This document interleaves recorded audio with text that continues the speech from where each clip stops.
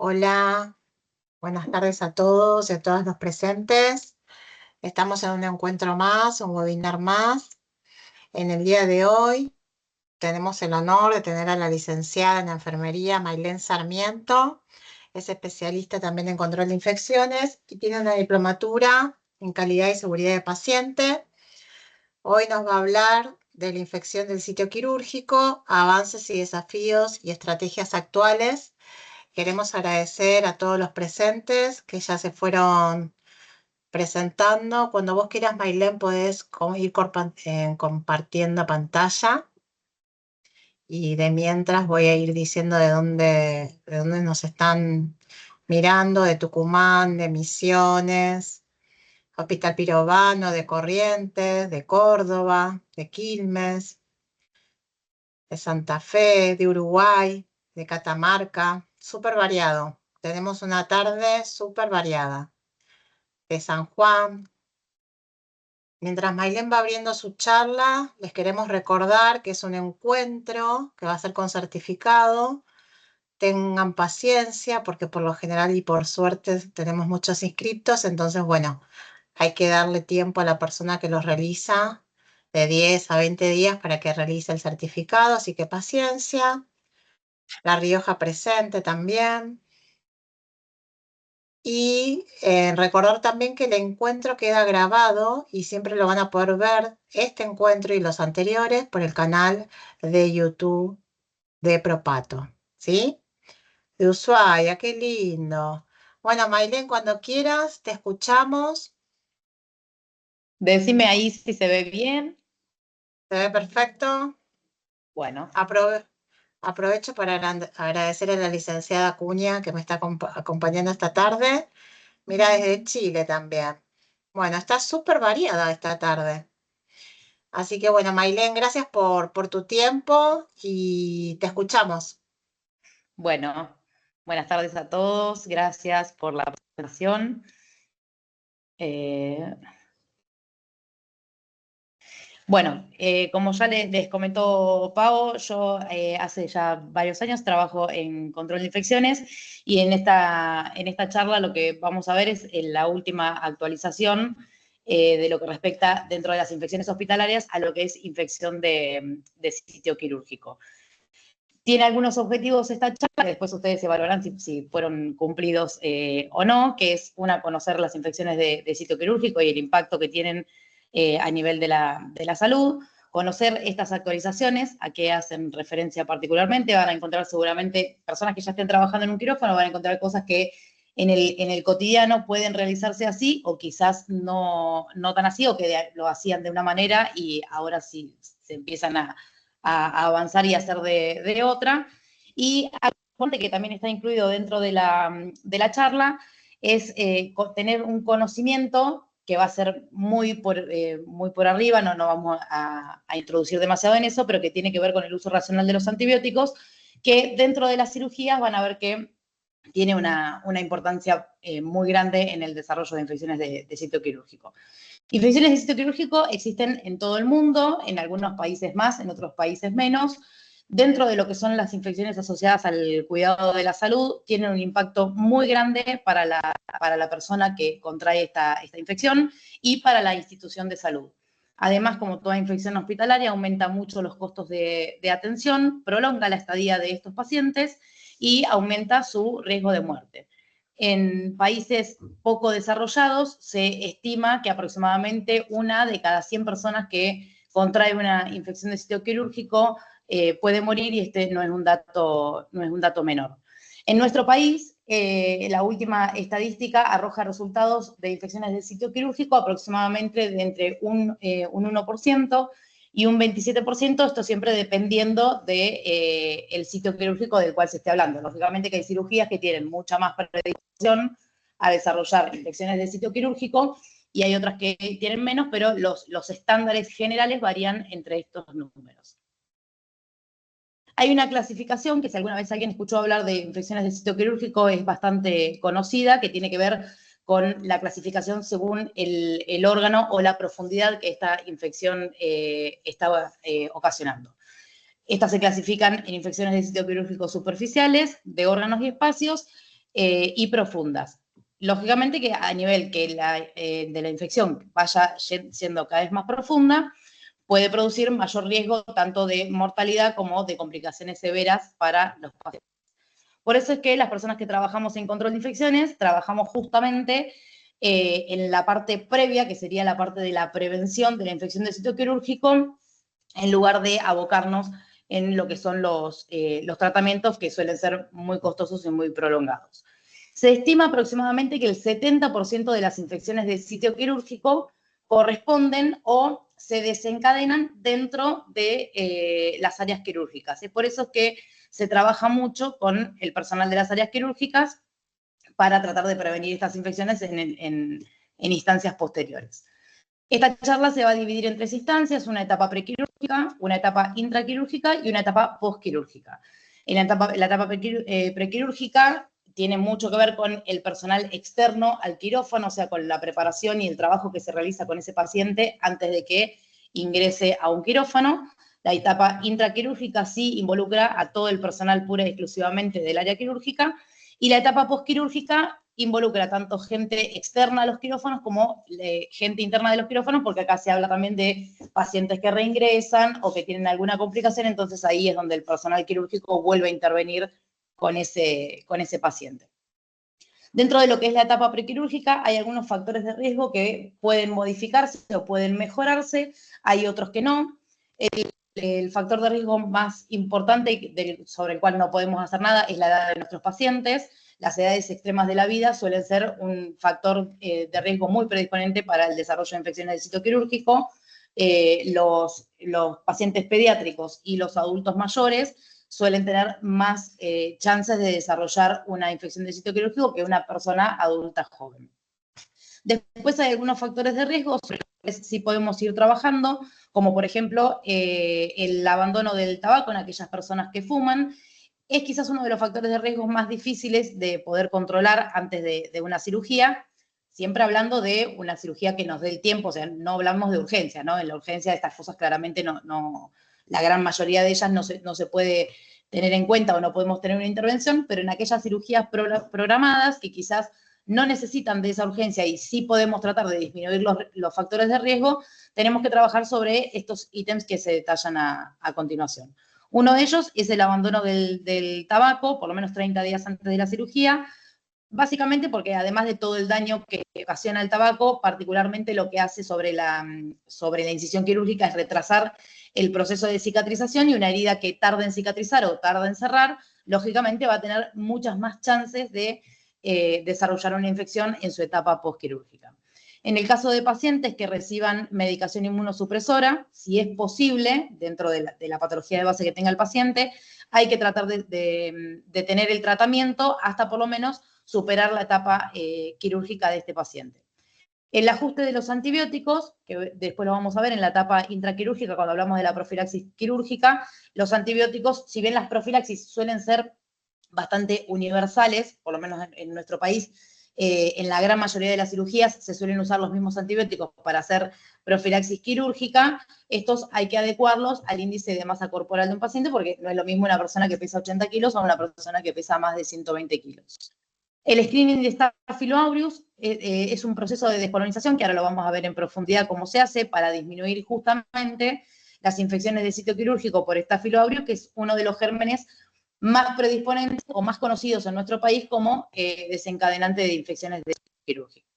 La vacunación antitetánica, que no en todas las cirugías sería necesario trabajar sobre esto, pero sí en las cirugías que tienen alto potencial tetatígeno, como lo son las cirugías intraabdominales, las fracturas expuestas o las úlceras, y las heridas que están muy contaminadas por tierra, por heces, saliva o tejidos desvitalizados. Por ejemplo, en el caso de los pacientes accidentados, sería necesario poder, si es posible, antes de una intervención quirúrgica, evaluar el estado de vacunación contra el tétanos. La evaluación de sitios distantes de infección, esto lo mismo, solamente lo podemos hacer para cirugías programadas, pero si podemos hacer una evaluación del resto del cuerpo del paciente para descartar que haya algún proceso infeccioso dando vueltas antes de la cirugía, sería óptimo poder tratarlo para que el paciente entre en mejores condiciones. El baño prequirúrgico y el rasurado, que acá vamos a verlo más en detalle a continuación, y el tratamiento con antibióticos en cirugías que incluyen la intervención del colon. Eso es algo que se está aplicando lentamente en algunos sitios. Dentro de esta etapa prequirúrgica, uno de los trabajos que uno tiene que hacer con el paciente es evaluar si este paciente puede tener predisposición a desarrollar infecciones por estafilococcus. Más que nada en las cirugías en las que se va a incluir algún tipo de material externo, una prótesis o algún injerto, en que va a ser una cirugía mucho más compleja y seguramente más prolongada. Las cirugías ortopédicas o las cardiotorácicas o las neurocirugías suelen ser las que más riesgo tienen de desarrollar infecciones por Staphylo aureus. Entonces, con estos pacientes hay que hacer trabajos especiales. Si uno tiene la oportunidad de hacer lo que se llama screening, es simplemente un hisopado en búsqueda de si ese paciente tiene el germen ya alojado en la piel previo a la cirugía, para poder trabajar sobre esa piel antes de que el paciente ingrese al quirófano. No todas las instituciones tienen esta oportunidad, pero lo ideal sería poder practicarlo, por lo menos en estas tres especialidades, ortopedia, cardiocirugías y neurocirugías, poder tratar de hacer ese hisopado nasal antes de la cirugía y descolonizar al paciente. ¿Con qué vamos a hacer ese proceso de descolonización? Idealmente se hace 5 días previos a la cirugía, y para ello se coloca mupirocina nasal, colocándolo en las narinas, y se realiza un baño prequirúrgico con clorhexidina jabonosa. Esto está indicado pura y exclusivamente para aquellos pacientes que tienen un hisopado positivo para Staphylo aureus, o para aquellas instituciones donde tienen alta prevalencia de infecciones por Staphylo aureus. Entonces se podría optar por hacerlo sin haber hecho previamente ese hisopado. Lo que si no hay que hacerlo es por rutina. O sea, rutinariamente yo no debería colocarle mupirocina y bañar a todos los pacientes con clorhexidina jabonosa al paciente ambulatorio, porque podría generar resistencia de ese mismo Staphylo aureus. Entonces, si yo trabajo en un área quirúrgica en donde las últimas infecciones que estoy teniendo más frecuentes son por Staphylo aureus, podría aplicar esta técnica, pero una vez que está controlado ese tipo de infecciones, debería desestimar hacerlo protocolarmente y hacerlo solamente bajo el resultado de un hisopado. También está en revisión la búsqueda de los bacilos gram negativos. Esto es porque se está viendo cada vez una mayor cantidad de gérmenes multiresistentes, principalmente en pacientes con internaciones prolongadas o en internaciones de cuidados críticos. Entonces, además de hacer el hisopado en búsqueda del Staphylo aureus, se podría pensar en hacer un hisopado para buscar los gérmenes multiresistentes más frecuentes, que en nuestro país los más frecuentes suelen ser los resistentes a carbapenemes. En ese caso, la situación sería la misma. Yo tendría que hisopar al paciente. En principio, para aplicar digamos, un proceso de descolonización que sería bañarlo. Esto igual hay que cumplirlo con todos los pacientes, pero en este caso habría que prestar mucha más atención. Y en algunos casos, siempre evaluándolo junto con los servicios de infectología, evaluar si es necesario modificar la profilaxis que se va a utilizar en pacientes que sí estén colonizados por este tipo de gérmenes. ¿Qué pasa con la situación del rasurado? Y esto a veces suele causar un dilema importante cuando doy este tipo de charlas, porque hay muchos lugares en los que todavía, o muchas especialidades quirúrgicas que todavía siguen realizando la extracción del vello, y esto es algo que hace muchos años, esto no es de ahora, hace muchos años que está indicado y está demostrado no rasurar a los pacientes antes de la cirugía, excepto que es el vello o el cabello interrumpa totalmente el acto quirúrgico. Que esto realmente no se suele dar en muchas situaciones. Quizás es más frecuente en las situaciones de neurocirugía, pero hoy los neurocirujanos son uno de los que más se están acostumbrando a trabajar con la presencia del pelo, porque, como se ha demostrado, el aumento de las infecciones del sitio quirúrgico, eligen no retirar este vello. Ahora, si nos encontráramos ante la situación en la que el vello está interrumpiendo realmente y el cirujano no puede realizar la intervención de esta manera, habría que hacer la remoción del vello con una máquina que no tenga un elemento cortante, simplemente que sea una cortadora de pelo, que hoy tenemos máquinas que inclusive vienen hasta con cabezales descartables, pero que no generen ningún tipo de daño en la piel. Y nunca debería realizarse esta práctica adentro de los quirófanos. Lo ideal sería que en caso de tener que eliminar el vello, se realice fuera del quirófano para que el paciente posterior a esta eliminación pueda bañarse y recién ahí poder entrar a la cirugía. Con respecto al baño prequirúrgico, todos los pacientes, sean pacientes ambulatorios o pacientes internados, deben bañarse antes de ir a la cirugía. No hay particularmente algo recomendado en la comparación que diga que un producto es mejor que el otro. Sí, quizás si son pacientes ambulatorios, realizando el baño con agua y un jabón común, que puede ser un jabón líquido o un jabón de reciente uso, o sea que no se haya usado previamente, y secándose con una toalla limpia sería suficiente, y habría que evaluar ciertas situaciones en los pacientes internados de acuerdo a la prevalencia de gérmenes que uno tiene habitualmente en la institución donde trabaja.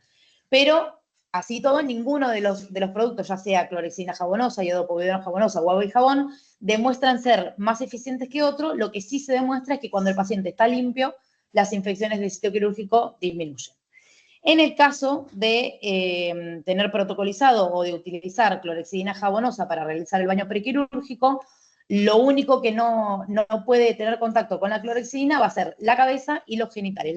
La clorexidina no debería tener nunca contacto con los ojos, la nariz, la boca, las meninges y las mucosas.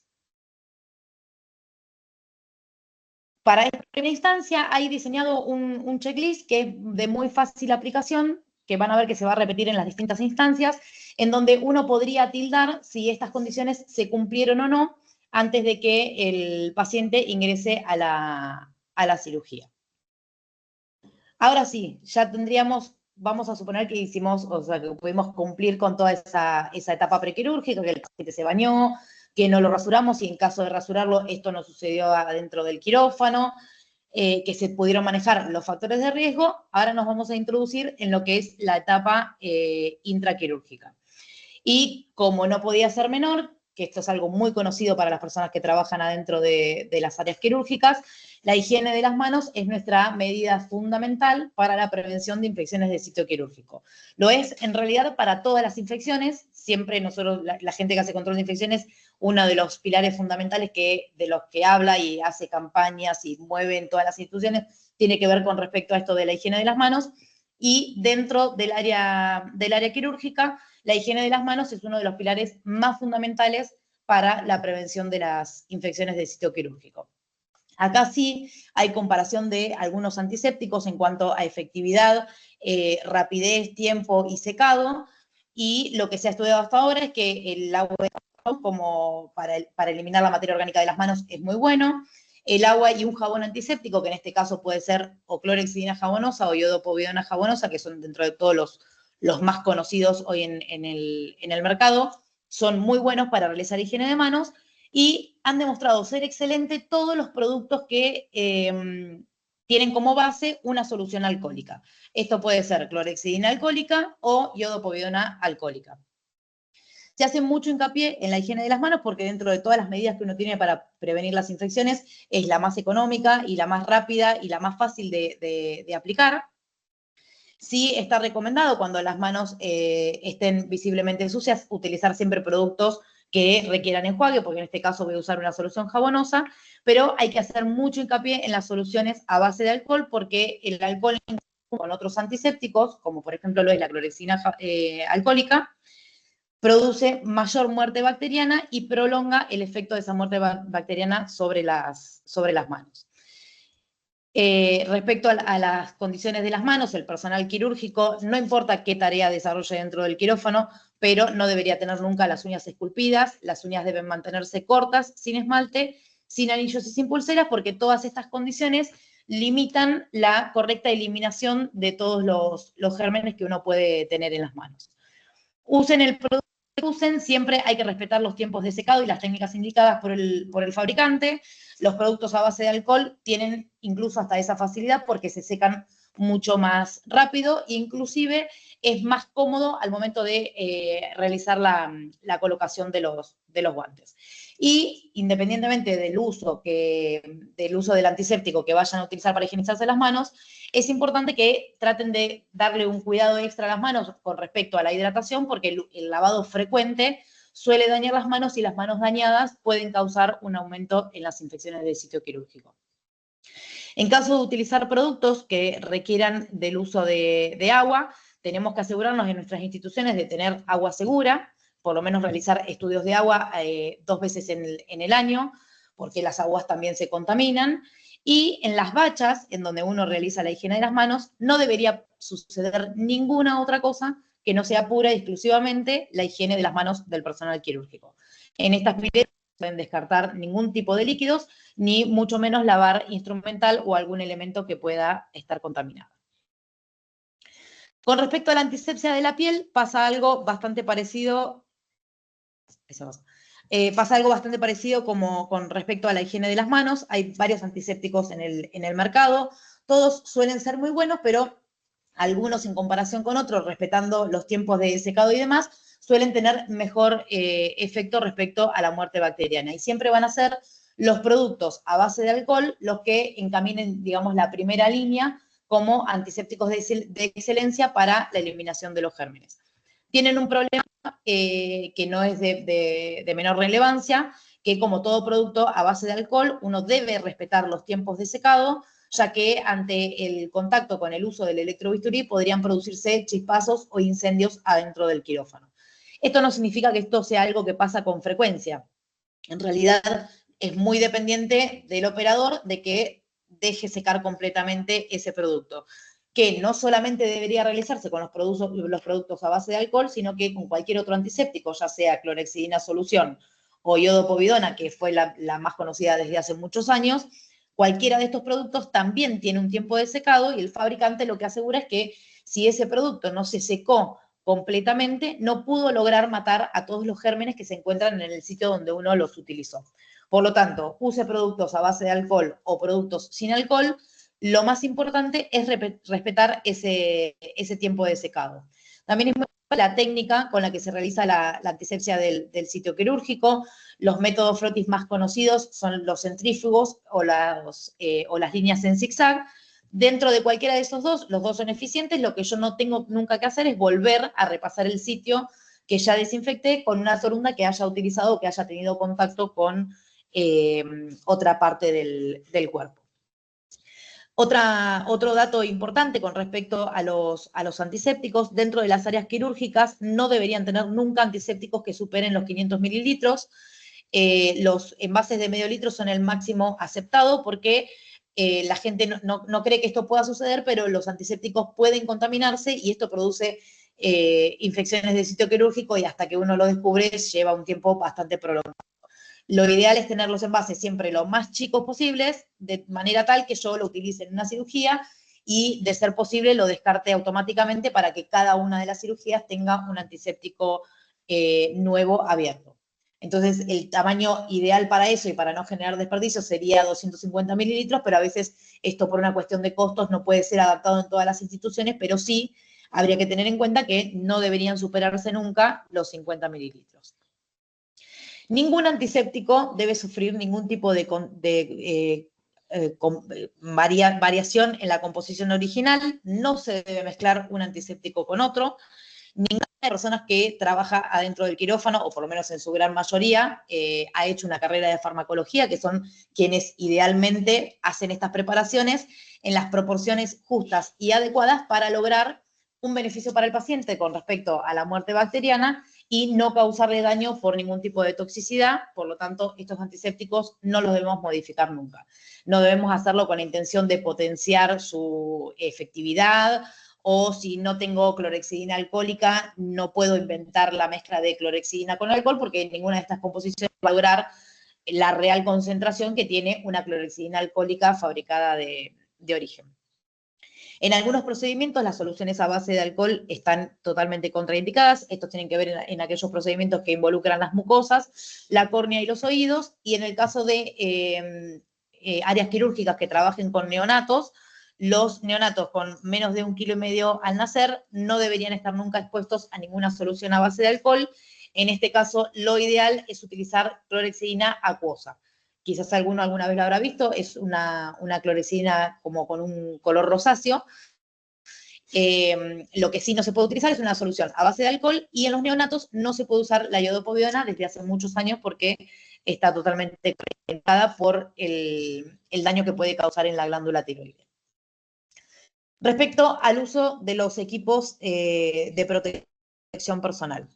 Algunas instituciones cuentan con equipos descartables, otros cuentan con equipos no descartables. Estos están diseñados para la seguridad del paciente y para la seguridad del personal. Lo que sí es importante es que, independientemente de la calidad de este material, sean utilizados de forma responsable y de forma racional, ya que el mal uso de los equipos de protección personal podría predisponer al desarrollo de infecciones de sitio quirúrgico, además de generar contaminación en el ambiente por el exceso de residuos que generamos. Uno de los equipos más conocidos y más utilizados claramente son los guantes. Estos deben ser utilizados para todos los procedimientos, en este caso el guante va a ser estéril. Nunca debería pasar que yo utilice un par de guantes sin haberme higienizado las manos previamente. El guante es uno de los problemas más grandes que se ven en las instituciones de salud, inclusive fuera de lo que es el área de cirugía, porque crea una falsa sensación de seguridad en el personal de salud y muchas veces el personal omite el paso de higienizarse las manos antes o después de la utilización de los guantes, pensando en que el guante es una barrera 100% eficaz. Y los guantes, ya sean estériles o no estériles, son una barrera mecánica muy eficaz frente al contacto con los fluidos. O sea, si yo tengo un par de guantes puestos, voy a evitar tener contacto directo con el fluido de un paciente, pero los gérmenes pueden traspasar estos guantes, por lo tanto, siempre hay que realizar la técnica de higiene de manos antes y después de utilizarlos. Hay algunas cirugías en donde hablamos de cirugías prolongadas o de cirugías en donde vamos a tener contacto con sitios limpios y sitios contaminados. Entonces, en este caso, durante el procedimiento quirúrgico, los guantes deben recambiarse. Estos guantes no se deben cambiar sobre el campo quirúrgico. Uno debería correrse del campo quirúrgico, retirarse los guantes que tiene colocados, frotarse las manos con una solución a base de alcohol y recién ahí colocarse un nuevo par de guantes. Las cirugías más frecuentes que requieren este cambio de los guantes son las cirugías ortopédicas. Una vez que se realiza la resección ósea, antes de colocar el implante, debería realizarse el cambio de los guantes. Y en el caso de cirugías abdominales, por lo menos antes del cierre de la pared. No hay ninguna evidencia que demuestre que el uso de 2 pares de guantes tenga algún impacto positivo en la prevención de infección de sitio quirúrgico. Sí está demostrado que la higiene de manos y el uso adecuado de los guantes previene estas infecciones de sitio quirúrgico.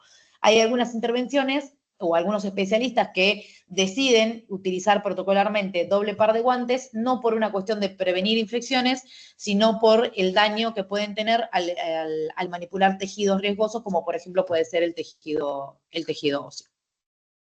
Con respecto al camisolín, los camisolines deben ser siempre hemorrepelentes.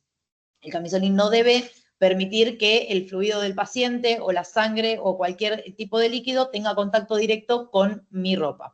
Por lo tanto, sea descartable o sea de tela, este camisolín debe tener una protección contra los fluidos. Los camisolines descartables tienen una ventaja bastante considerable en comparación con el de tela respecto a estas capas hemorrepelentes, pero hoy hay muchos camisolines de tela que ya están fabricados en su base con una tela hemorrepelente que no permite el traspaso de estos lípidos. Sí tiene una desventaja importante el camisolín descartable, que va a ser el mayor costo en la generación de residuos, pero a su vez el camisolín de tela también tiene desventajas, como por ejemplo los procesos de lavado y desinfección que pueden ir dañando las barreras de la tela, por lo tanto va a dejar de ser un elemento protector si pierde esa barrera hemorrepelente. En cualquiera de esos casos, los camisolines lógicamente tienen que ser estériles. En el caso de los equipos de protección personal anexos, digamos, tenemos a nuestro primer aliado, el barbijo quirúrgico, que no es para nada complejo utilizarlo, pero sí es totalmente requiriente de su correcta colocación durante el acto quirúrgico. Su correcta colocación simplemente se basa en lograr cubrir completamente la nariz y la boca durante todo el procedimiento. No debería nunca bajarme el barbijo, nunca el barbijo debería estar por debajo de la nariz, porque justamente uno de los problemas más grandes que esto ocasiona son los brotes de infecciones por Staphylo aureus. ¿Por qué por el Staphylo aureus particularmente? Porque todos nosotros, en situación normal, en nuestra vida normal, podemos tener alojado el Staphylo aureus y uno de los lugares en donde se aloja con mayor frecuencia es la nariz, por lo tanto, durante el acto quirúrgico, el barbijo debe colocarse correctamente. Con respecto a las cofias es indistinto, pueden ser cofias de tela o cofias descartables, lo importante es que logren cubrir completamente el cabello. Y el uso de las antiparras, que es uno de los elementos menos utilizados, pero no menos importante en cuanto a la prevención de la infección, principalmente para el personal de salud. Siempre que exista el riesgo de exposición a algún fluido, debo colocarme una protección ocular. Esta puede ser antiparras que cubran solamente los ojos o las máscaras que se usaron tan comúnmente en la época del COVID, que cubrían completamente la cara. Ahora, ¿qué pasa con el tema de las botas? La bota quirúrgica ya desde hace muchos años se está trabajando sobre la concientización de no ser un elemento de extrema necesidad en cuanto a la prevención de infecciones, ya que el piso no se considera nunca una fuente de contaminación. De hecho, por eso los pisos no requieren ser desinfectados en una limpieza frecuente, pero lo que sí se recomienda es utilizar zapatos que sean pura y exclusivamente del lugar, o sea, que sean del área quirúrgica. Ninguna persona debería salir con ese calzado o con el equipo quirúrgico afuera del quirófano y volver a ingresar. Hay algunos estudios que se hicieron, no en nuestro país, pero se hicieron en otro lado, que contabilizaron el gasto de botas quirúrgicas que hacían en el transcurso de un año y con eso lograban comprar todo el calzado sanitario para el personal y, lógicamente, ver el ahorro a un plazo futuro porque se dejaron de comprar las botas quirúrgicas.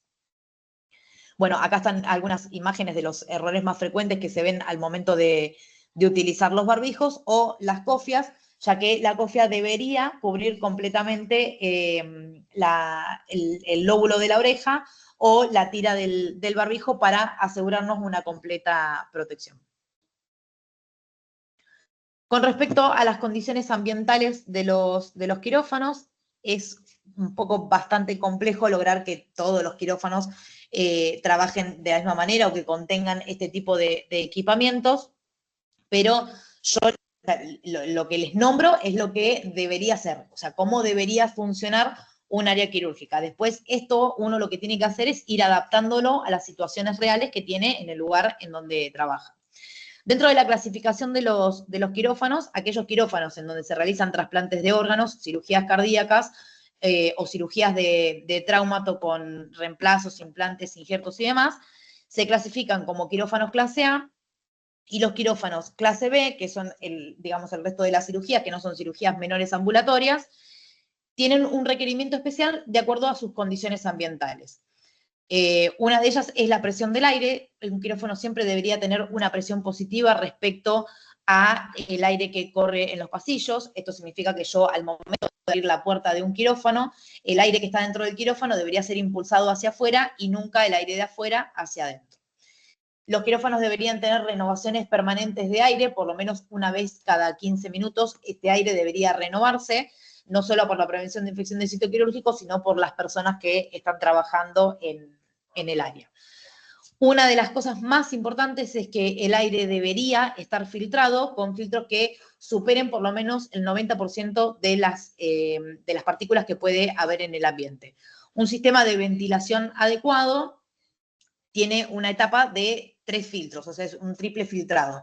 Un prefiltro que va a dejar o que va a captar las partículas de mayor tamaño, un filtro de carbón activado que va a captar lo que tiene que ver con los gases y los olores, y el filtro EPA, que es el mayor aliado para poder captar todo tipo de gérmenes y hacer que este aire vaya al área quirúrgica de forma segura. La temperatura de los quirófanos debería siempre mantenerse entre 20 y 24 grados, cosa que ahora cuando vienen las épocas de calor a veces se complejiza bastante, y la humedad de estos quirófanos no debería ser mayor al 40 o 60%. Esto es pura y exclusivamente indicado para los quirófanos de clase A o clase B. En los quirófanos de clase C, donde se hacen cirugías menores, que son las que tienen el menor riesgo de desarrollar infecciones de sitio quirúrgico, Hay algunas cosas que no son tan estrictas, pero en la gran mayoría de las cirugías uno debería tener este tipo de condiciones en los ambientes. De todo esto, lo más importante es la temperatura y la etapa de filtrado del aire. Respecto a la profilaxis quirúrgica, en la gran mayoría de las intervenciones quirúrgicas, la profilaxis está indicada para ser administrada entre 15 y 30 minutos previos a la incisión. Por lo tanto, hoy lo que se está trabajando mucho es la aplicación de las profilaxis adentro del área quirúrgica. No hacer esto de aplicar las profilaxis cuando el paciente está en una sala de internación y después llevarlo, porque entre medio de ese camino que el paciente sale de su sala de internación y llega al área quirúrgica, pueden pasar un montón de cosas y estos 30 minutos probablemente se vayan a pasar entre que el paciente se prepara, entran los equipos de anestesia, los equipos quirúrgicos. Por lo tanto, lo ideal sería, una vez que el paciente entró al quirófano, ahí evaluar cuál es el momento más oportuno de realizar la administración de la profilaxis.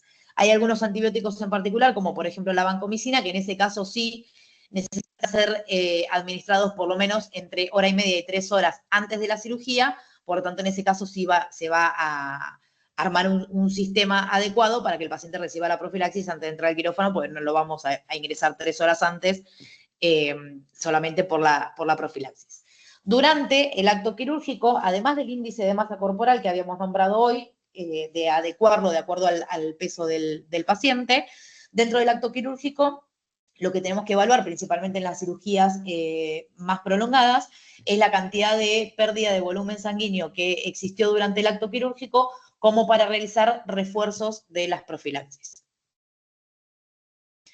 Bien, y acá se entra un poquito lo que les nombraba hoy, que más allá de estar hablando de las infecciones de sitio quirúrgico, esto está en conjunto o va de la mano al uso racional de los antibióticos, y me gustó, me pareció bien mencionarlo con ustedes, porque nosotros desde la parte de control de infecciones muchas veces vemos que hay antibióticos que se están usando de forma inadecuada durante los actos quirúrgicos.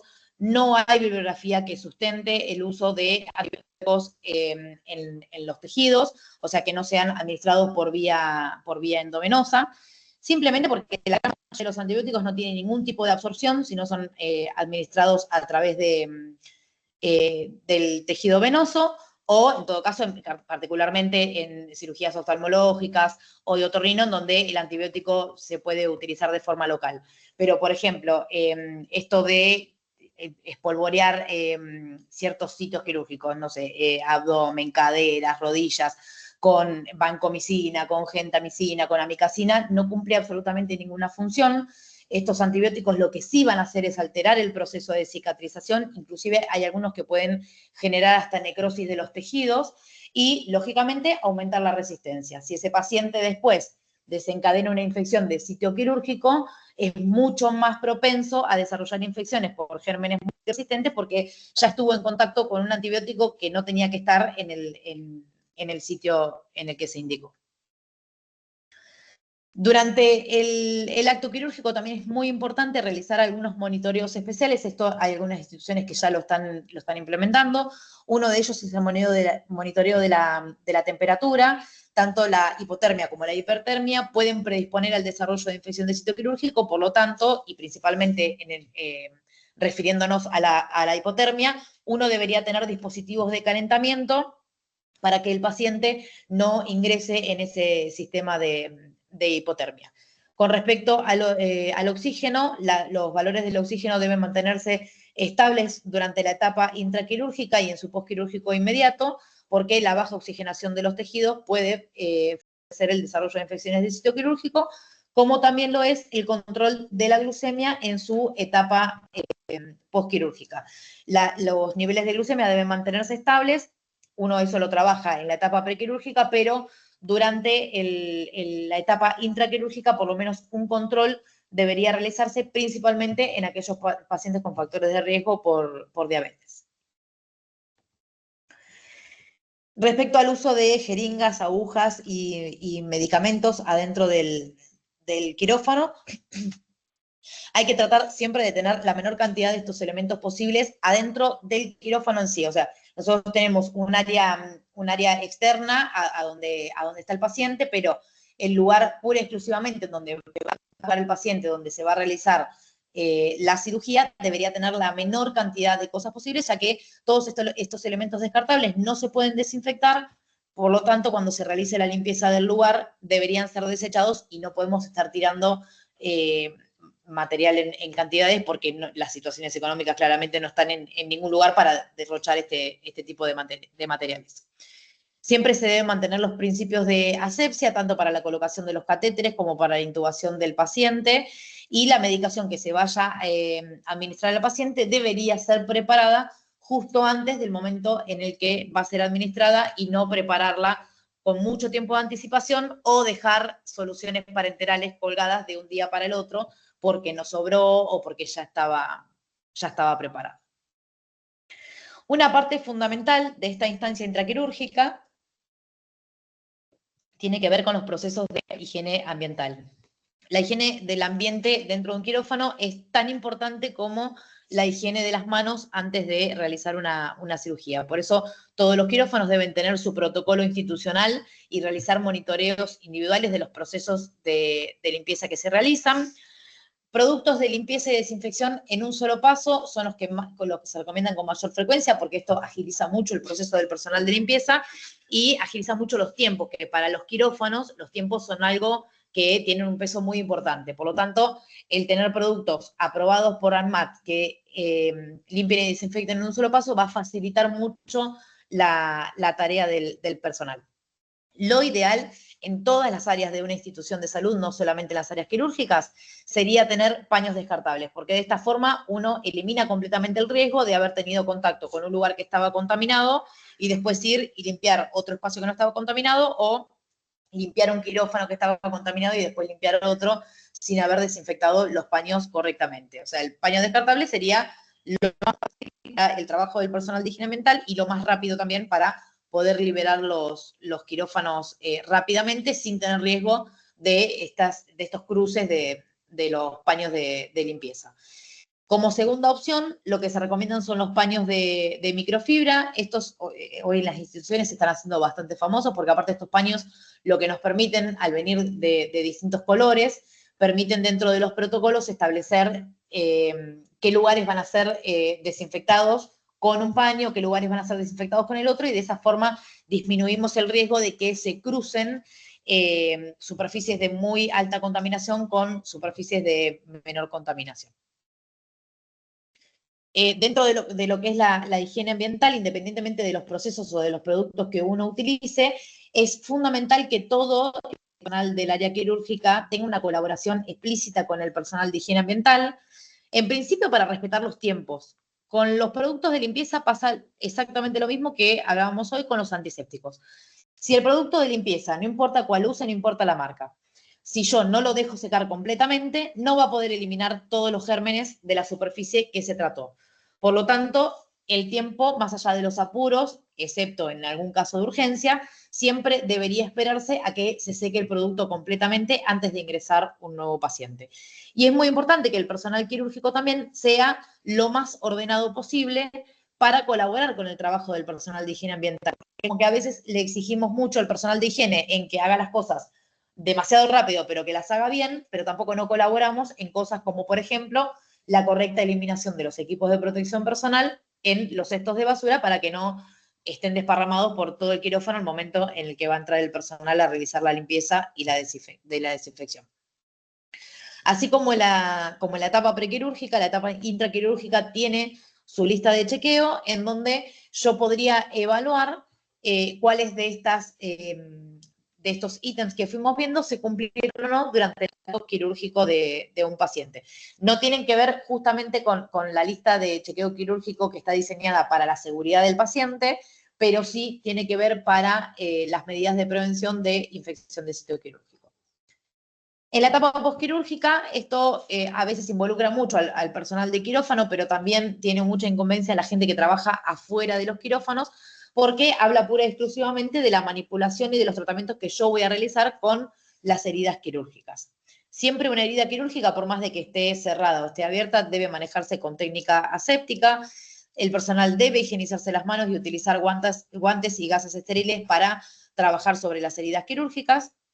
En aquellas en las que la herida tiene los bordes afrontados, o sea que es una herida que está totalmente cerrada, lo mejor que puedo utilizar es alcohol al 70% para realizar la desinfección del sitio quirúrgico, ya que el alcohol elimina todo tipo de gérmenes que estén circundando alrededor.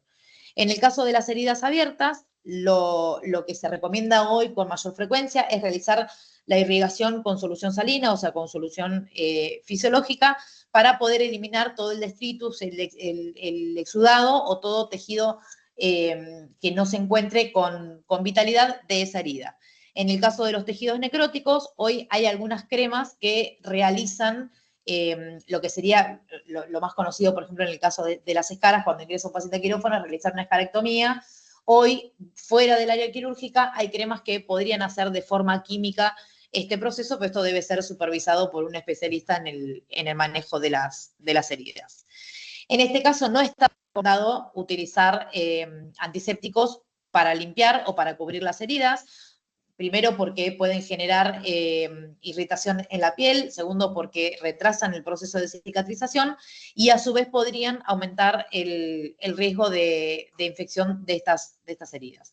Lo ideal es que una vez que el paciente sale del quirófano, por lo menos entre 24 y 48 horas, esa herida se mantenga totalmente cubierta y que no se esté abriendo innecesariamente. A veces está esa costumbre de querer mirar la herida, pero realmente cuanto más yo manipulo un tejido o cuanto más manipulo una herida, más riesgo le voy a otorgar de que pueda infectarse. Sí voy a tener que cambiar los apósitos en caso de que tenga un drenaje excesivo o que se haya manchado los apósitos. En ese caso, por supuesto que sí, por más de que no haya transcurrido el tiempo, voy a hacer el recambio de los apósitos. Con respecto a los drenajes y los dispositivos invasivos, catéteres, sonda, respirador, lo ideal es evaluar todos los días si ese paciente realmente necesita continuar con el uso de ese dispositivo. Cada uno de estos dispositivos aumenta drásticamente el riesgo de infección del paciente porque son puertas de entrada para los gérmenes, principalmente para los gérmenes intrahospitalarios. Por lo tanto, nosotros lo que buscamos es que estos dispositivos vayan saliendo para ir cerrando puertas y no dejar que los microorganismos puedan ingresar a ese paciente. Y por último, es muy importante contar en las áreas quirúrgicas con un monitoreo de control de infecciones. Hay algunas instituciones que hoy ya tienen equipos conformados, hay otros que no, pero es muy importante tener el control porque lo que pasa con mayor frecuencia cuando uno va, o me ha pasado a mí, pero creo que a muchos colegas también, cuando va a un quirófano por primera vez, lo primero que tratamos de averiguar es si ese quirófano o las especialidades quirúrgicas que se trabajan ahí están teniendo problemas infecciosos con algún paciente. La gran mayoría de los especialistas quirúrgicos en un principio es la respuesta de que no tienen infecciones o de que hace mucho tiempo que no se les infecta a un paciente. Pero cuando uno indaga y busca si realmente hay alguien que esté controlándolo, resulta que no hay nadie que esté siguiendo las infecciones de esa área quirúrgica, por lo tanto, no nos podemos asegurar de que realmente no existan infecciones. Cuando un paciente se infecta, no es la responsabilidad del cirujano, o sea, de la persona que operó. El cirujano simplemente termina siendo, digamos, la cara visible del problema, pero hay todo un trasfondo y un equipo de trabajo que debe trabajar en conjunto justamente para que estas situaciones no sucedan con los pacientes. Bueno, les agradezco, me quedé prácticamente sin aire porque me pidieron que sea breve. Ahora les dejo de compartir la pantalla y vemos si tenemos alguna pregunta para hacer.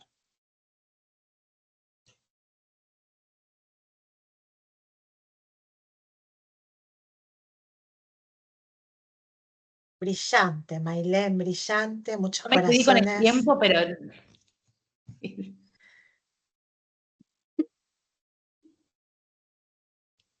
Ay, se corta. ¿Estás? Justo. No, Yo que no los se escucho corte. bien. Danos 5 minutos más, Mailén. Toma un poquito Danos de unos agua. minutos, tenemos unas buenas preguntas y la verdad que, La bueno, verdad que sí, muy buenas preguntas. así que si querés, Mailén, te hago algunas, así vamos respondiendo. Bueno, Buenas dale. tardes, podríamos tener acceso al checklist y con respecto al rasurado, ¿qué bibliografía se recomienda para obtener más información? Que es siempre lo que pedimos, ¿no? documentos para ir a mostrar y pelear por la causa. Bien, ahí en el sitio de la charla, abajo, van a ver todas las entidades que trabajan, esas son entidades científicas que trabajan en pos de las recomendaciones finales, ¿no? Si uno ingresa hoy en internet para buscar la última recomendación de prevención de infección de sitio quirúrgico, van a ver un documento realizado por la SADI, que es la Sociedad Argentina de Infectología, por ADESI, que es la Asociación de Control de Infecciones, y no me acuerdo, por el Programa de Vigilancia Nacional que tenemos de infectología.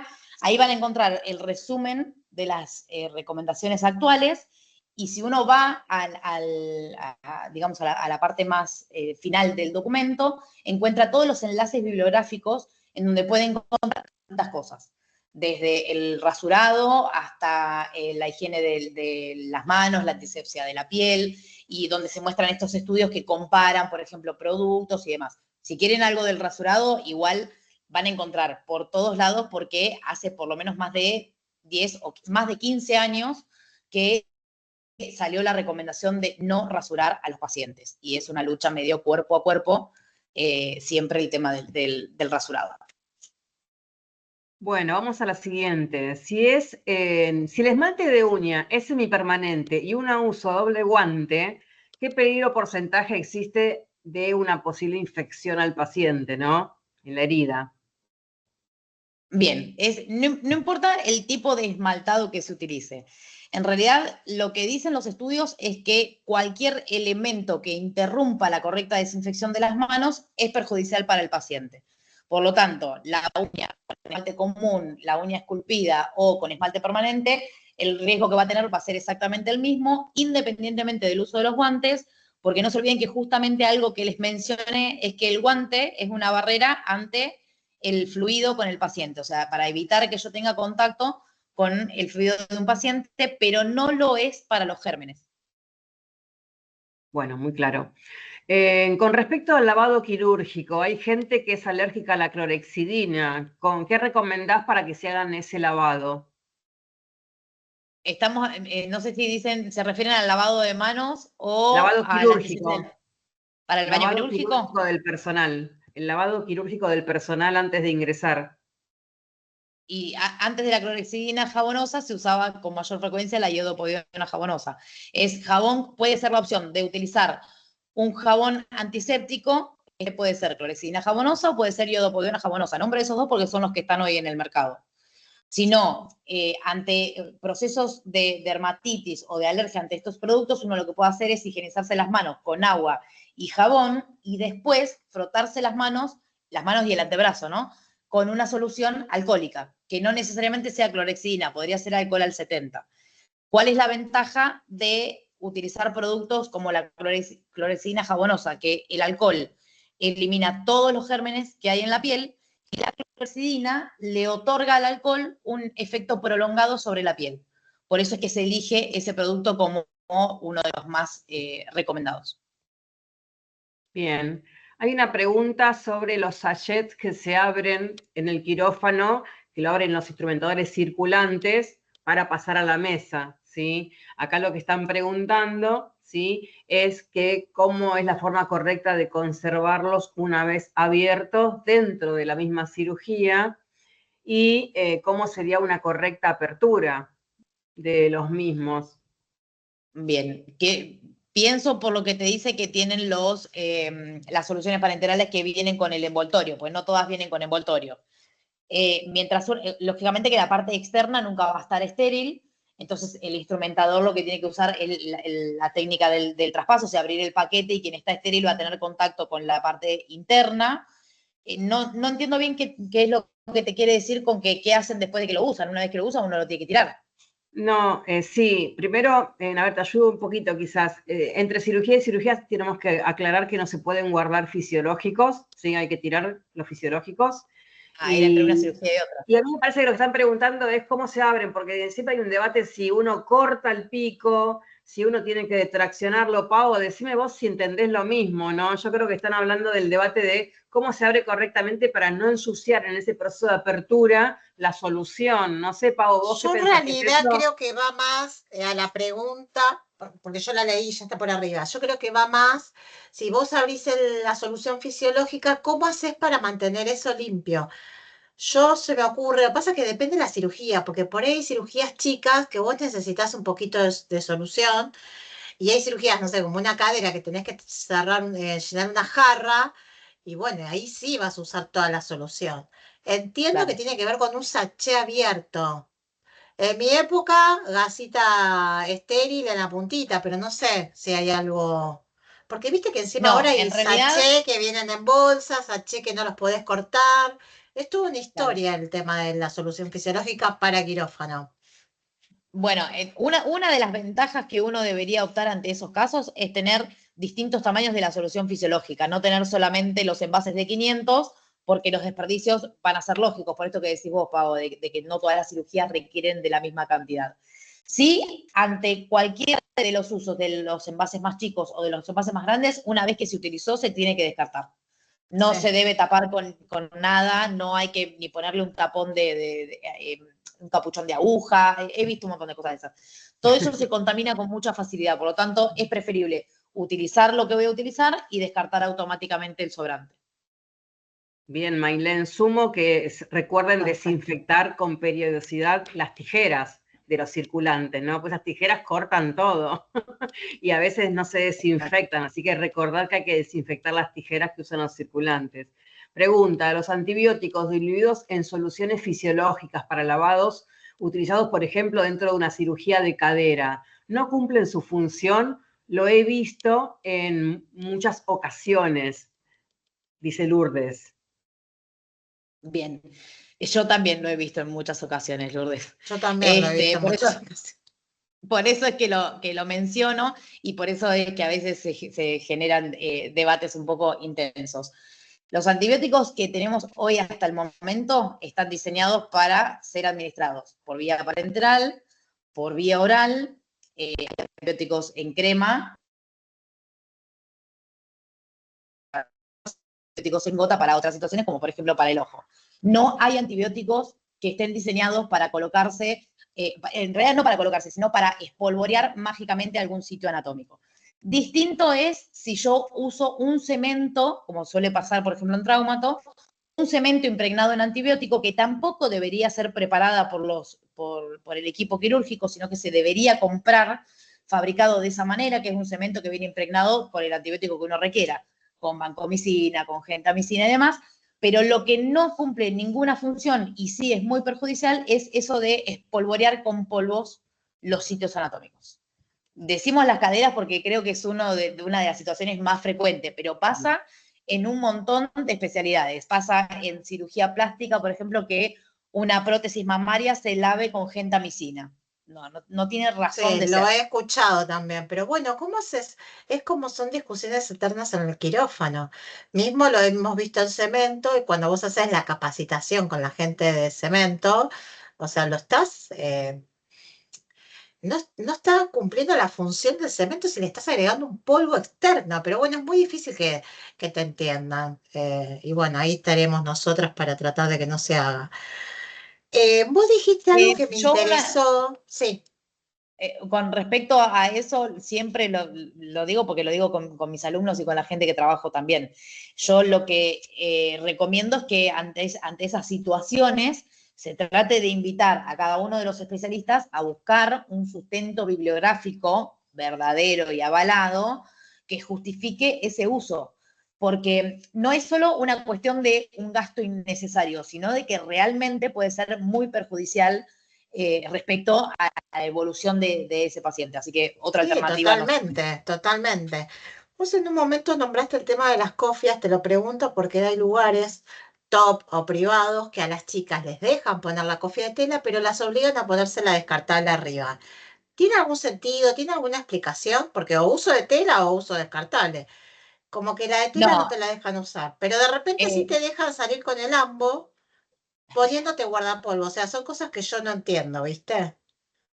Y te estoy hablando de no, lugares buenos, no te estoy hablando la, de... la, la uno de los equipos de protección personal que está indicado solamente para sostener el pelo, o sea, que el pelo no vaya a caer en el campo quirúrgico. Ahora, ¿de qué material puede ser? Es indistinto, porque lo importante es que sostenga adecuadamente todo el pelo. Ponerse una de tela y una cofia de arriba no tendría ningún sentido. O sea, si hablamos en lo infectológico, no. Capaz que lo quieren hacer porque si existe alguna salpicadura no quieren manchar su cofia de tela, eso podría ser, pero no en modo prevención de infecciones. Bueno, perfecto. Bien, una No sé, pregunta. Andrea, ¿alguna más? Sí. Sí, acá dice, ¿quién es el responsable de precintar y rotular las bolsas Sí. rojas dentro del quirófano? Esa pregunta me pareció rarísima. Pero Calculo bueno, que debe ser el personal de higiene ambiental, porque si hablamos de residuo sí. patológico. Sí, no, es el personal de higiene ambiental es la que retira, controla que estén bien separados los residuos segregados y después precinta y descarta. Sí. Claro. Debe ser que debe haber algún lugar que quizás nos Y, exigen a nosotros por ahí. Viste y que hay tantas seguramente. realidades. Ujú. Sí, la verdad que sí. No sé, a ver, alguna otra pregunta Eh, más. Acá Muy había linda una que charla. Mi pregunta dice, sería, sí, ¿cómo el instrumentador quirúrgico puede ser parte del comité de infectología? muy buena pregunta. Primero hay que ver si hay comité en el lugar. Igual respondela. Claro. Primero lo que hay que buscar es eso, ver si hay un comité de infectología o de control de infecciones en la institución donde uno trabaja, y el contacto más directo está en el momento en el que uno va a hacer la evaluación de sitio quirúrgico. Es ahí a donde se llega al contacto con el ESI o con el infectólogo, y ahí se puede proponer la presencia en el comité. Yo, por ejemplo, en mi comité de infecto tengo un representante siempre del área quirúrgica. En realidad, o sea, Bien, igual cada si vez existe ese más, comité, debería estar el área representada, igual cada sea vez por el más jefe por de quirófano o por alguien. suerte, sí, cada vez más por suerte escucho más colegas que están siendo parte de, que se capacitan en estos temas. Y acá Tamara es una pregunta interesante que la he escuchado en alguna vez también. ¿Existen nuevas recomendaciones con estudios de investigación sobre la incidencia de la barba en el personal del equipo quirúrgico? ¿Qué pasa con la barba? Porque he escuchado que hay hasta barbijos especiales para barba. Y otra cosa que te quiero decir, después de la pandemia, lo que yo noté que muchos lugares se quedaron con el barbijo chino, ese que vos mostrabas en la imagen, que es el elástico, que todo el mundo Sí. lo ama porque es fácil de ponerse, pero que en realidad no es el barbijo real que tendríamos que tener en los quirófanos. En los quirófanos tendríamos que tener el de 4 tiras, triple capa. Bien. En realidad, a ver, vamos primero por el tema de la La barba. barba, a ver, porque nunca... El personal quirúrgico y principalmente aquellas personas que están sobre el campo quirúrgico no podrían tener un exceso de barba, primero por el riesgo de que el pelo pueda caer durante el acto quirúrgico en el sitio quirúrgico, y aparte porque no va a haber barbijo que le ajuste adecuadamente a la cara, que es lo que se busca con el uso de un barbijo, ya sea un barbijo quirúrgico, actualmente para la prevención de infección de sitio quirúrgico, o en el caso de un paciente, por ejemplo, que esté en aislamiento, que esté infectado con alguna patología que se transmite a través del aire, si se tiene que poner un barbijo N95, no va a poder cumplir directamente su función. El barbijo ese necesita que justamente la persona no tenga fugas de aire. No me voy a meter en eso ahora porque si no, no terminamos más. Respecto a los tipos de barbijo. El barbijo hoy, independientemente de si es el de 4 tiras o es el barbijo con elástico, el barbijo lo que tiene que ser es un barbijo triple capa. Sí o sí. Porque de esa forma me protege, o sea, protege al paciente de mí y a mí del paciente. Por eso es que se solicita barbijo triple capa, que de hecho es hemorrepelente. Si yo tengo alguna salpicadura y tengo el barbijo bien colocado, esa sangre o ese fluido de ese paciente no va a pasar hacia el otro lado. Ahora, ¿por qué en las áreas quirúrgicas se insiste en el uso del barbijo de 4 tiras? Porque es más difícil que lo usen mal, pero es un poco relativo también, No, porque sí, lo cuando puedes uno tener usa, y lo pueden usar mal, pero lo que yo digo claro, es que se acostumbraron, entonces se afloja, se cae. Vos el de 4 tiras te lo pones y no se te sale. Se bueno, abre, por eso pero bueno. una de las ventajas con las tiras es eso, que uno las puede ajustar de acuerdo al contorno de la cara, pero a su vez también a veces se ve mucho la sujeción de la tira de abajo, la que iría por debajo de la oreja, que se hace eso, ustedes lo deben saber mejor que yo, se hace ese moño acá arriba de la cabeza, y eso lo que hace es que quede una cavidad al costado de la mejilla por el lugar donde podría tener contacto con algún fluido de un paciente. O sea, el barbijo tiene que quedar cubriendo, si va a quedar ajustado, como un barbijo N95, tiene que cubrir correctamente toda la nariz y quedar por debajo del mentón. Puede ser de los dos. Hay barbijos de buena calidad, de los que tienen elástico, que no quedan bailando, digamos, no quedan grandes. Claro, son los triple capa. Bueno, y acá Silvina pone que preguntó lo de los precintos porque en la institución las obligan a presentar las bolsas. Bueno, no sé, Andrés, si viste alguna pregunta. Sí, acá dice, si el paciente, son preguntas que nos hacemos en quirófano, ¿no? Si el paciente es alérgico a la povidona, a la clorexidina, ¿con qué sustancia se puede reemplazar el lavado? ¿No? Imagino con jabón, sí. Claro. Uh-huh. Acuérdense de que no es que es estrictamente necesario realizar el baño prequirúrgico con un determinado producto, porque dentro de esas cosas que se estudiaron, lo que sí se demostró es que la piel limpia disminuye las infecciones. Ahora, después, de acuerdo a las situaciones, esto es interno de cada institución. Si yo estoy teniendo, digo un ejemplo que fue el que nos hablamos hoy del Staphylo aureus. Si yo tengo altas tasas de infecciones del sitio quirúrgico por Staphylo aureus, sí va a ser recomendable que utilice clorexidina jabonosa, porque la clorexidina tiene muy buen poder sobre el Staphylo aureus. Ahora, si yo de repente tengo muchas infecciones por bacilos gram negativos multiresistentes, ahí voy a tener que, o sea, idealmente vamos a optar por un producto antiséptico para tratar de que ese paciente tenga la menor cantidad de gérmenes posibles en la piel antes de ingresar a un quirófano. Ahora, si es un paciente que se internó hace 48 horas y lo voy a ingresar al quirófano, no sé, por una fractura en el brazo o para hacerse una cesárea, tranquilamente podría hacer este baño con agua y con jabón. También existen, no se olviden que se lo deben conocer muchos, los paños impregnados en clorexidina, que son los paños de baño fácil, que ante algunas situaciones dan muy buenos resultados. Si yo, por ejemplo, tengo puntualmente muchas infecciones en obstetricia, puedo protocolizar que todas las pacientes obstétricas de mi institución se pasen el paño con clorexidina en el abdomen antes de ir al quirófano. Y eso podría colaborar en disminuir las infecciones. Pero eso ya es interno de cada lugar de acuerdo a lo que le está pasando. Está bien, pero si tenemos, por ejemplo, un paciente que es alérgico a estas dos sustancias, internado y tiene que venir a quirófano. Agua y jabón en la habitación y en el quirófano, cuando tenemos que darle con el hisopito, ¿sí? En ese momento, ¿qué usamos? Para la antisepsia de la piel, me está hablando. Sí. Se podría utilizar alcohol. Alcohol al 70, a lo mejor. Bien.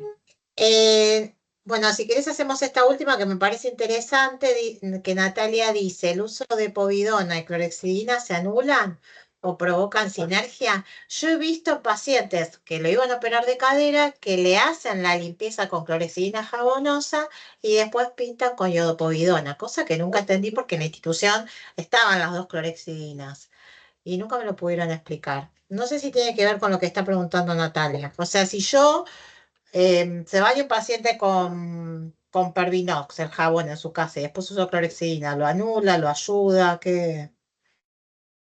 Bien, eso puede pasar con mucha frecuencia.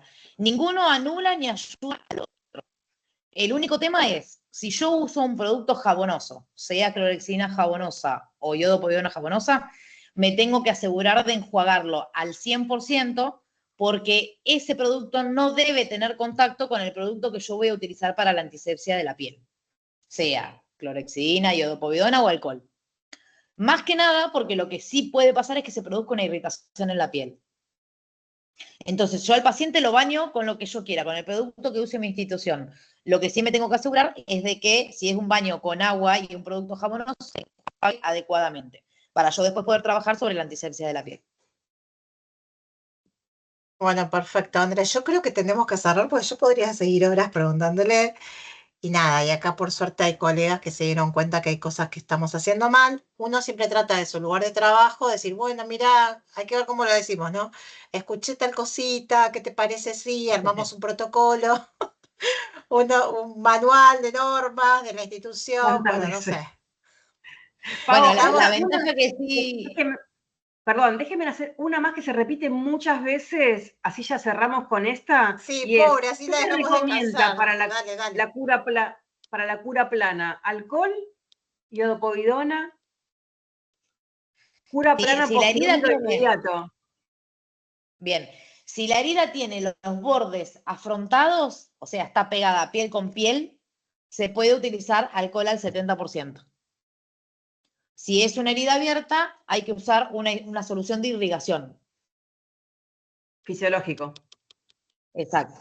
Ahora, que no sé si alguno lo habrá preguntado, pero si se habrán dado cuenta, para los fanáticos del agua oxigenada, no nombramos en ningún momento el agua oxigenada porque no está recomendada absolutamente para nada.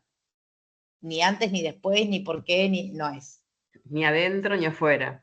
Ni adentro, ni afuera, ni mezclada con la señora polaca, ni con ninguna cosa. Ay, me muero. Bueno, y Natalia dice acá que ingresó tarde porque estaba trabajando. No se preocupen, recuerden que la charla queda grabada, después la vamos a compartir y se pueden sumar al canal de Propato y ver todas las charlas anteriores. Así que bueno, nada, Mailén, un placer escucharte. No respirás. Te voy a mandar un No, oxígeno desde acá. esa Bueno, es me responsabilidad de encanta. Andrea, ¿eh? Andrea, no, no, la tenés entrenadísima, no respira. No me La deja ni tengo respirar. entrenada. Bueno, y mucha gente pide acá más capacitación. Vamos a tirar un spoiler, no, vamos a avisar que el año que viene largamos un posgrado en la Fundación Barceló de Jaime Pao, porque Mailén está trabajando mucho y va a ser la directora del posgrado en Sí, infecciones de obvio, hay que ciclo quirúrgico. capacitarse, Así que obvio. les aviso, permitime el espacio para hacer la propaganda, así que bueno, ahí va a haber un espacio para instrumentadores quirúrgicos y para realmente fortalecerse, porque hace falta que con la ESI, con la enfermera de control de infecciones, trabaje un instrumentador que esté formado en infecto. Por eso con Mailén se ha trabajado en esta diplomatura, ¿sí? Qué bueno, mirá, desde Venezuela nos están viendo. Hoy te digo que estuvo muy variado, muy variado. Bueno, nada, gracias a todos los presentes, gracias a Mailén, a Andrea por su tiempo. Y yo estoy fascinada, a mí me encantan estos temas. Pero bueno, habían hecho una pregunta, pero no, basta. Te quiero dejar descansar. Les mando un beso a las dos. El certificado, tengan paciencia. Y bueno, y nada, y ya queda diciembre, viene la Navidad, fin de año, y queda un encuentro más si Dios quiere. Y bueno, y sigamos luchando por nuestra profesión y visibilizando nuestra profesión. Bueno, muy buena noticia, es verdad, lo del posgrado. La vamos a seguir a Mailén y nos vamos a anotar todos. Así sabemos cada día más, un poquito más. Bueno, gracias, Mailén. Gracias a No, Propato gracias a y nos ustedes. vemos la próxima. Chau, chau. Chao.